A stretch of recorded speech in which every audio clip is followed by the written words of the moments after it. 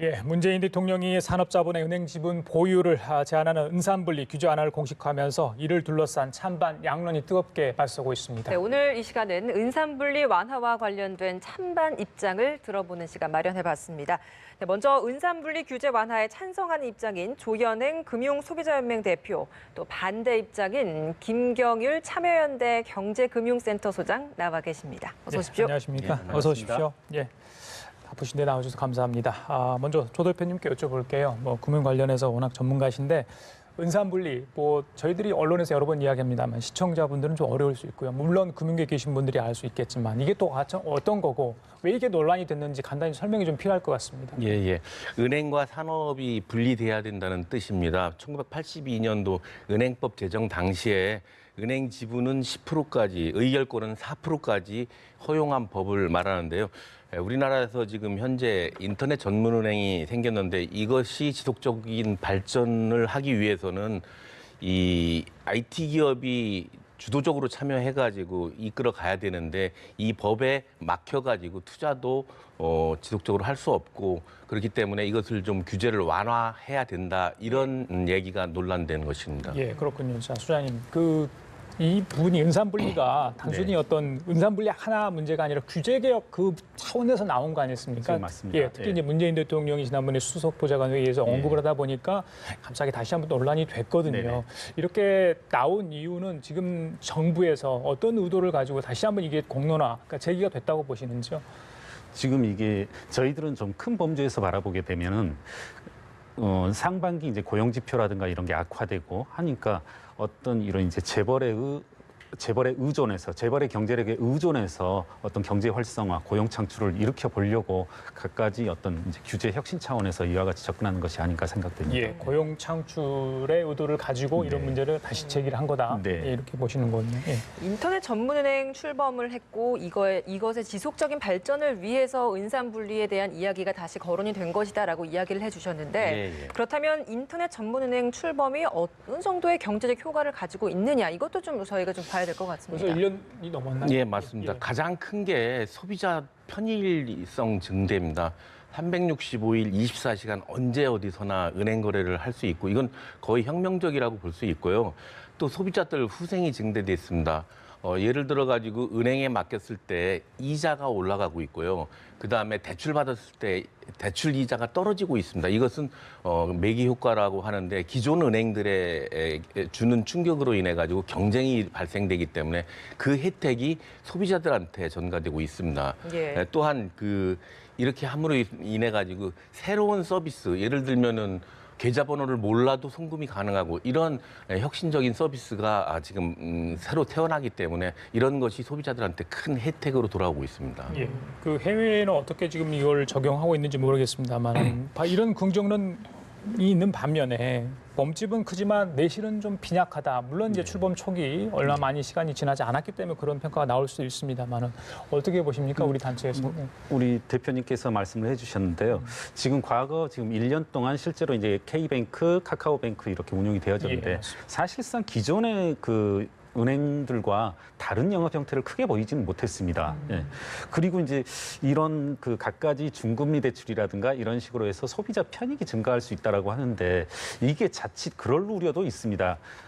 과거 IMF 직후의 신용카드 대란에서 보여지듯이 이와 같이 무분별한 대출의 문턱을 낮추게 되면 이 이후에는 또다시 이제 신용 위험에 빠진 사람들을 또 어떻게 구제할 것인지 그 문제도 있기 때문에 이게 단순하게 단기간적으로 소비자의 편익이 증가했다 이런 측면만으로 보기에는 조금 어려움이 있지 않나 이런 생각을 합니다. 예, 자, 긍정적인 면, 부정적인 면, 양면이 있었다 이렇게 저희들이 정리할 수 있겠네요. 자, 두 분께 잠깐 이 얘기를 하셨지만은 규제 완화에 찬성하는 이유 또 반대한 이유를 정말 한마디로 좀 듣고 싶습니다. 그리고 이제 구체적인 어떤 쟁점들을 하나씩 좀 짚어보도록 하는데, 자, 왜 이 은산 물리 규제 완화가 필요한지 그 부분을 잠깐 먼저 언급을 해주시죠. 이 자본주의 사회에서 경영권이나 이런 것은 상당히 중요한 문제입니다. 자기가 자본을 투하했을 때 그 경영을 주도하지 못하면은 그 자본이 투하되지 않습니다. 그래서 ICT 기업이 그러한 첨단 기술을 가지고 첨단 서비스를 개발할 수 있도록 여건을 마련해주고 지원해줘야지만 그런 서비스가 탄생돼서 소비자들한테 혜택이 돌아오는데 그것을 아예 하지 못하는 것은 좀 무리가 있는 그런 정책이라고 생각이 됩니다. 예. 수고하셨습니다. 저희가 반대하는 이유는 이제 한마디로 말씀드려본다면 산업자본의 속성이라고 하는 것은 위험을 감수하면서 수익을 극대화하고자 하는 그런 흐름, 그런 이제 자본의 형태인데요. 예. 금융자본과는 여러 가지 형태로 배치되는 형태입니다. 그랬을 때 산업자본이 금융자본에까지 진출하게 되면 산업자본의 위험이 금융자본에까지 전가되어서 뭐 우리 동양증권이라든가 그 이전에 뭐 여러 저축은행 사태에서도 보여지듯이 그와 같은 이제 장벽이 사라지게 됐을 때 사회 전체 그리고 그 미치는 효과, 최종적인 어떤 그 피해는 금융 소비자에게 가기 때문에 예. 그런 이제 위험들을 사전에 방지코저 저희들이 이제 반대하고 있습니다. 그렇군요. 예. 이제 좀 구체적으로 쟁점들 짚어보도록 하겠습니다. 첫 번째 쟁점 아무래도 대기업의 사금고화 우려가 아닐까 싶은데 먼저 찬성 측의 입장을 좀 들어보고 싶은 게 사금고화 우려가 있음에도 불구하고 이 부분에 대해서 시행을 해야 한다라고 주장하는 이유가 뭡니까? 사금고와 우려는 없다고 생각이 됩니다. 왜냐하면은 지난 20년간 은행법에서 대주주에 대한 신용 근거 방지라든지 자금 조달 방지라든지 영향력 행사로부터 막기 위한 그런 규제 장치가 계속 있어 왔고요.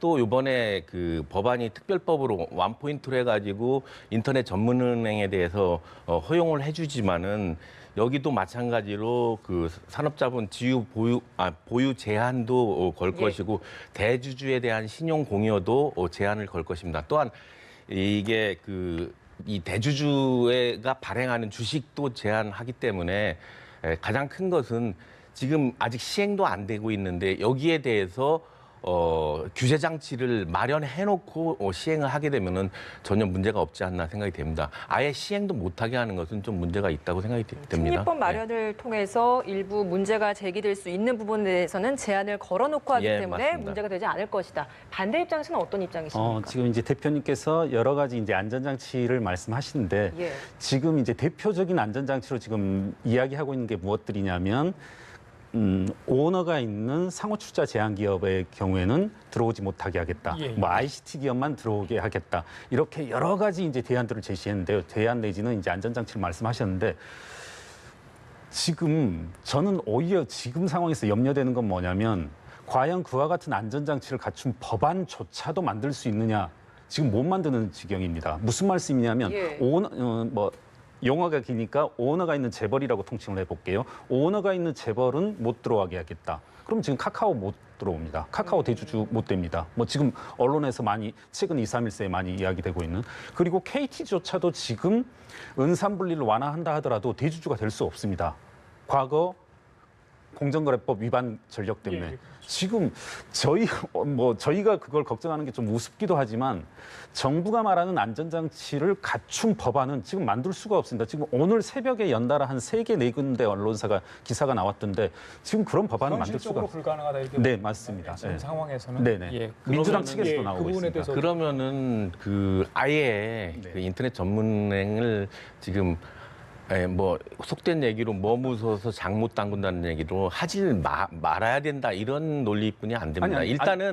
일단은 하고 문제가 발생되는 것은 사전에 예방 장치를 마련하고 시행을 해서 소비자들 후생을 늘려나가는 것이 순서지. 그런 우려 때문에 시행도 하지 않고 우려 때문에 아예 못하게 하는 것은 좀 제 말씀은 문제가 시행하지 있다는 말자는 게 아니라 은산분리를 완화하는 법안으로도 지금 상황이 어떻게든 변화가 안 된다는 거죠. 말씀하신 것처럼 바뀔 게 카카오도 없다. 못 들어오고요. 예. 지금 5개 법안이 만들어져 있는데 그러니까 완전히 풀짓거나 제한을 완전히 네. 열지 않는 지금 하나 게 유일한 방법은 모든 제한을 없애버리는 겁니다. 누구든지 들어올 수 있는. 그리고 지금 이제 오늘 모 신문에도 나왔지만 지금 뭐 KT가 은행 산업의 대주주가 되지 못한다. 카카오도 되지 못한다. 그러면 KT의 지분을 팔아버리면 된다. SK에 팔아버리면 된다. 이런 대안들이 나오고 있는 거거든요. 그러니까 지금 현실적으로 지금 정부가 말씀하신 대로 인터넷 전문은행의 은산분리를 완화하고 새로운 자본이 들어오게 한다라면 이건 재벌 모두에게 들어오는 길 외에는 없습니다, 지금. 예, 그래요. 저희들이 이제 뭐 이거에 대한 어떤 합리적인 어떤 결과물을 창출하기 위한 어떤 그런 토론의 자리가 아니기 때문에 양측이 어떤 의견을 가지고 있는가를 좀 저희들이 시청자들한테 들려주고 싶은 그런 차원이라는 걸 잠시 한번 말씀을 좀 드리고요. 두 번째 쟁점 중에 하나죠. 일자리 창출 효과 과연 있는지. 뭐 실제 이제 두 개 카카오뱅크하고 운영 중이지 않습니까? K뱅크가. 그래서 뭐 얼마나만 인력이 창출됐는지 저는 뭐 확인할 수는 없습니다만은 기업 입장에서는 한 사람이 더 쓰고 싶은 상황이 있고 정부 입장에서 일자리가 필요하기 때문에 이런 규제 하나를 좀 할 필요가 있다 이렇게 주장을 하는 것 같습니다. 조 대표님 어떻게 보세요? 인터넷 산업 쪽에서는 은행업과 ICT가 융합되게 되면 2030년까지 8만 8천 개의 일자리가 창출될 것이다 이렇게 계획을 하고 있는데 물론 이 일이 새로 만들어지니까 일자리는 당연히 늘어날 것이라고 생각됩니다. 또 4차 산업혁명이 되고 은행에서 일자리가 늘어나지 않는데 신규 신성장 산업으로 해가지고 일자리는 반드시 늘어날 것이라고 생각이 되는데 또 그 이외에 중요한 게 뭐냐면은 아까 말씀을 하셨는데 여태까지 대출을 받을 수 없는 1금융권에서 대출을 받을 수 없는 고금리로 제3금융권에나 가서 대출 받을 수 있는 그러한 소비자 돈을 빌려가지고 사업을 하고 싶은 그런 막 졸업한 학생이라든지 이런 주부라든지 이런 분들한테도 중금리 대출이 가능하기 때문에 그 사람들한테 일자리 창출 기회를 자금을 공여를 해가지고 일자리 창출 기회를 만들 수 있는 것이 아닌가. 간접적으로 일자리 창출을 예, 맞습니다. 예. 그게 이제 경제 활성화 효과로 바로 이어질 수 있는데요. 예. 그런 효과가 더 직접적인 고용 그렇겠네요. 창출보다는 예. 그런 경제를 살리면서 일자리 창출하는 것이 더 크지 않나 생각됩니다. 찬성 쪽 주장 예. 뭐 또 일리가 있어 보입니다만 반대쪽 이야기를 좀 드려야 될 것 같습니다. 뭐 더 잘 아시겠지만 이 인터넷 은행 전문은행이라고 하는 것은 뭐 비대면 영업을 특징으로 하기 때문에 창구가 없죠. 뭐 고용 창출 이 자체 고용 창출 효과라고 하는 것은 극히 미미하다 내지는 기존의 은행권의 어떤 인력의 구조조정 요인으로도 작용할 수 있는 그런 요인이 있고요. 지금 이제 간접 효과를 말씀하셨는데 제가 아는 범위 내에선 경제학에서 경제적으로 효과를 감안할 때 본 효과, 직접 효과보다 간접 효과를 더 크다라고 이렇게 분석하는 경우는 없는 것으로 알고 있습니다. 그래서 뭐 8만 8천 개의 일자리다 이런 것은 너무나 낙관적인 내지는 근거 없는 그런 낙관 아닌가 이렇게 생각합니다. 근거가 있습니까? 예. 이거는 제가 이제 산출한 게 아니라 예. 나온 자료를 예. 제가 네, 보고 말씀을 그건 알고 있습니다. 말씀드리는데 이렇게 이제 예를 들어서 신기술을 개발하려면은 ICT 전문 인력이라든지 그쪽 수요가 굉장히 늘어나지 않습니까? 그런 늘어나는 효과 또 예를 들어서 1금융권 은행에서 구조조정된 사람들이 좀 넘어온다면 그 역시 고용 창출로 볼 수 있기 때문에 충분히 고용 창출 효과는 당연히 일이 생기면은 일자리 늘어나는 것은 당연하다고 생각되는데 그게 8만 8천 개가 될지 10만 개가 될지는 잘 모르겠지만 아무튼 경쟁을 유발시켜 가지고 새로운 상품과 새로운 서비스를 개발하기 위해서는 많은 인력이 필요하니까 이것은 긍정적인 효과로 볼 수 있다 이렇게 말씀드릴 수 있습니다. 비대면 은행이기 때문에 그런 의미에서는 확실히 그렇죠. 일자리의 부족함, 일자리 창출에 그냥 크게 효과가 있을 수는 없지만 뭐 보신 입장에서는 ICT 산업 분야에서의 인력이 필요하기 때문에 그쪽 분야의 인력이 일자리가 창출될 수 있을 것이다. 예, 맞습니다. 예. 비대면이라고 그래가지고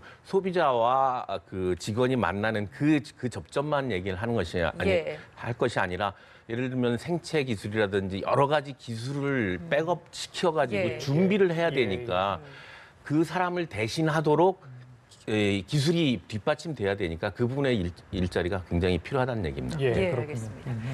네, 세 번째 쟁점 중에 하나가 바로 이제 중금리 시장 활성화 부분인데 앞서 좀 간략하게 좀 언급을 해주셨습니다. 중금리 시장 활성화가 가지고 올 수 있는 기대 효과를 좀 설명해 주셨는데 이 부분에 대해서는 어떻게 보십니까?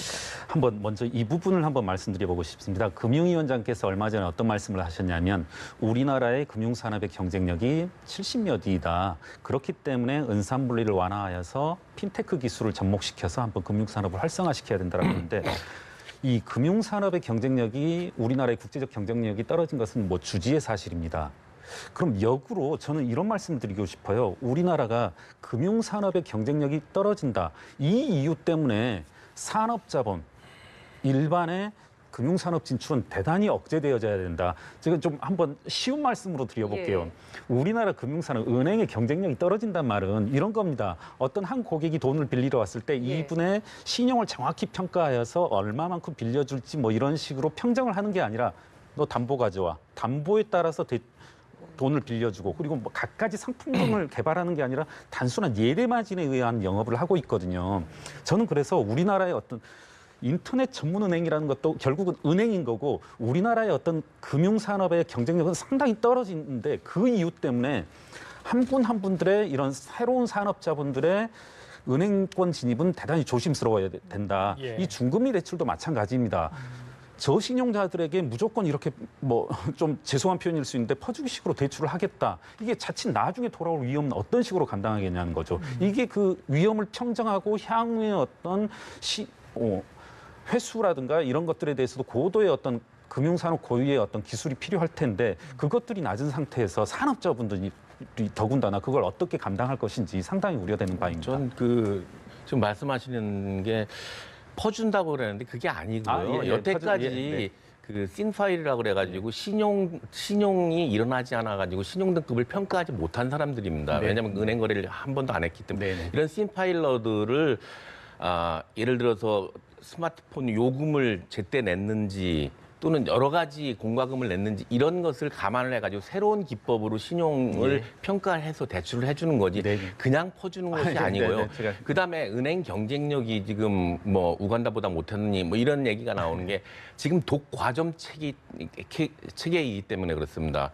말씀하신 대로 예대 마진 가지고 수수료만 가지고도 지금 그냥 있어도 장사가 되는 먹고 살만하기 때문에 경쟁을 안 하기 때문에 그런데 같은 동종은 이 경쟁이 안 됩니다. 그래서 예. 이종이 들어와가지고 이종 간의 경쟁이 치열하게 일어나야지만 거기서 가격도 떨어지고 소비자들 후생이 늘어나는 거지. 지금 현재 있는 대로 변하라 아무리 주문해도 변화가 안 됩니다. 더군다나 뭐 가상금리 뭐 조작한다든지 그러한 부당행위만 계속 일어날 뿐이지 현재 은행 있는 그대 그 안에서는 고인물이라고 표현할 수밖에 없습니다. 예. 그 중금리 한 연에 10%, 10에서 15% 정도 중금리 대출 해주고 있는 걸로 알고 있는데 지난 1년간 대출이 좀 많이 일어났습니까? 이 대출은 많이 늘었지만 그 건전성이 좀 시통치 않다 이런 지적도 있는데 그 부분은 어떻게 봐야 됩니까? 은행은 그게 중요한 거 아니겠습니까? 그렇지 않습니다. 이게 지금 이 중금리가 되는 게 다른 이제 고금리 시장에서 대출을 받은 사람들이 넘어와가지고 그렇죠. 제대로 신용평가 받아가지고 하는데 제가 통계를 보면은 이 연간 2조 원 정도가 이자가 이 중소서민들한테 절약이 됐다 이렇게 얘기를 하고 있는데 신용평가 아직 그 부분에 있어가지고 신용이 문제돼가지고 뭐 그 건전성에 영향을 준다든지 이러한 것은 아직 나타나지 않고 있습니다. 그래. 예. 초반에 저희가 그 특례법 안전장치 관련해서 이야기를 좀 했었는데 일단은 국회에서 처리하자라고 이야기를 했던 특례법 부분에 있어서 지분 한도를 현재는 네. 4%이지만 34% 정도로 늘리자라는 네. 이야기를 하고 있습니다. 이거 예. 좀 어떻게 보셨습니까? 그러니까 아까 그 말씀을 이제 반복할 필요가 있을 것 같은데요. 이게 지금 저희는 이제 34%로 이렇게 상한을 올린다 이런 것에 반대하고요. 지금 어떤 안전장치도 지금 효과적인 자신들이 의도하는 효과는 만들어낼 수 없기 때문에 제가 걱정하는 건 그겁니다. 자신들이 이렇게 주장하는 대로 은행 산업을 활성화시킬 수 있는 그런 법안을 지금 만들어낼 수가 없는 상황이거든요. 이건 저희 주장이 아니라 지금 저희들이 우려했던 바인데 지금 오늘 어제 계속 언론들에서 생산되고 있습니다. 예. 그렇다면 지분 한도가 34%가 너무 높다. 지금 네. 이제 일부 정치권에 추진하는 것. 그렇다면 반대쪽에서는 어느 정도가 좀 적절하다고 보시는 건가요? 지금 뭐 박영선 의원 같은 경우에는 이제 지방은행의 경우 뭐 예. 15%까지도 두고 있는 뭐 그런 것을 얘기하고 있는데요. 뭐 한번 그런 거라면 생각해 볼 수가 있겠고요. 사실은 지금 두 은행 모두 다 뭐 K뱅크를 예를 든자라면 전환주식의 형태로 해가지고 최대 주주라고 할 수 있는 KT가 약 실제적으로 한 15%에 육박하는 지분을 이미 가지고 있습니다. 예. 그래서 15% 정도는 적당하지만 34%는 너무 높다라고 보시는 거죠. 이게 이제 더 이상 34%를 정한 것이 이제 상법상 총회 중요 상황 의결할 때 그게 이제 34%면 의결을 하지 못하도록 할 수 있기 때문에 예. 그 34%가 되는데 15%나 30%나 큰 차이는 없습니다. 그런 건 큰 차이가 없다고 생각되는데 제가 말씀드리고 싶은 것은 지금 이 정도 규제로 해가지고 이제 안전장치를 마련하고 시행을 해서 그때 발생되면은 그때 이게 상황이 변하는데 20년 전, 50년 전 법 그대로 고수를 해야 된다. 이것은 잘못됐다고 생각해요. 시대가 변함에 따라서 법도 따라서 변해야지 맞는 것이지 옛날 그 법을 그대로 고수해야 된다. 이것은 옳지 않다고 생각됩니다. 예. 이번 8월 임시국회에서 이 은산 분리 규제 완화하는 특례법입니다. 은행법은 따로 있습니다. 네. 특례법을 좀 바꾸겠다는 게 이제 정치권의 얘기인 것 같은데 글쎄요. 찬성과 반대 쪽 그 정치권에 하실 말씀이 있어요. 입법 과정에서 찬성과 반대 의견이 어느 정도 반영돼서 조금 절충할 수 있는 안이 나왔으면 좋겠다 이런 생각도 하실 텐데 두 분께 기회를 드리겠습니다. 뭐 한마디씩 하시고 좀 정리하겠습니다. 먼저 조덕께 하시죠. 소비자 입장에서는 소비자 후생이 눈에 띄게 증가하고 있는 것이 보입니다. 그다음에 은행 간의 경쟁도 매기 효과가 충분히 나타나서 그 효과가 소비자들한테 또 전가되는 것이 눈에 보입니다. 빨리 통과했으면 좋겠고요. 이게 은행이 지금 과점 형태로서 언제까지 계속 갈 거냐 이것은 상당히 문제가 있다고 보여집니다. 그래서 시대에 맞게 새로운 기법, 인터넷 은행이라는 그런 좋은 그 수단이 생겼기 때문에 그것으로 투여를 해가지고 경쟁이 돼가지고 뭐 예를 들어서 소비자들한테 가상금리를 뭐 조작해가지고 이익을 더 많이 취해야 된다든지 수수료를 높인다든지 이러한 구태의연한 영업 방식을 하지 못하도록 경쟁 체제로 빨리 만들어가지고 소비자 편리, 소비자 후생을 증대시키는 것을 빨리 진전됐으면 좋겠고 여기에 더불어가지고 이게 소비자 편리뿐만 아니라 궁극적으로는 경제 활성화에도 이게 도움이 되지 않나 이렇게 생각이 됩니다. 예. 말씀하신 이제 소비자 후생의 측면을 많이 말씀하셨는데요. 그와 같은 측면은 우리나라의 기존 제2금융권, 제3금융권에서도 충분히 가능한 범위이고 그간 뭐 이렇게 인터넷 전문 은행의 여러 가지 기술, 핀테크다 하는 것은 지금 기존 은행도 모두 다 도입이 가능한 것입니다. 그리고 자칫 저는 이제 이런 염려가 드는 것이 과연 이와 같은 은산분리라고 하는 것을 8월 말까지 시한을 정해서 할 이유가 무엇이 있을까? 이게 9월 말, 연말, 사실은 뭐 내년으로 넘어간다 하더라도 의도한 바를 전혀 이루는데 제한이 없습니다. 그럼에도 이와 같이 8월 말까지 시한을 정해서 다급하게 움직이고 아무런 시민사회라든가 심지어는 자당의 의원들에게도 설득을 못 시킨 상황에서 이와 같이 강행하는 데는 과거에 지난 정부에서 이뤄져 왔던 K뱅크라든가 카카오뱅크의 인허가 과정에서 문제점들을 덮기 위한 것이 아니냐.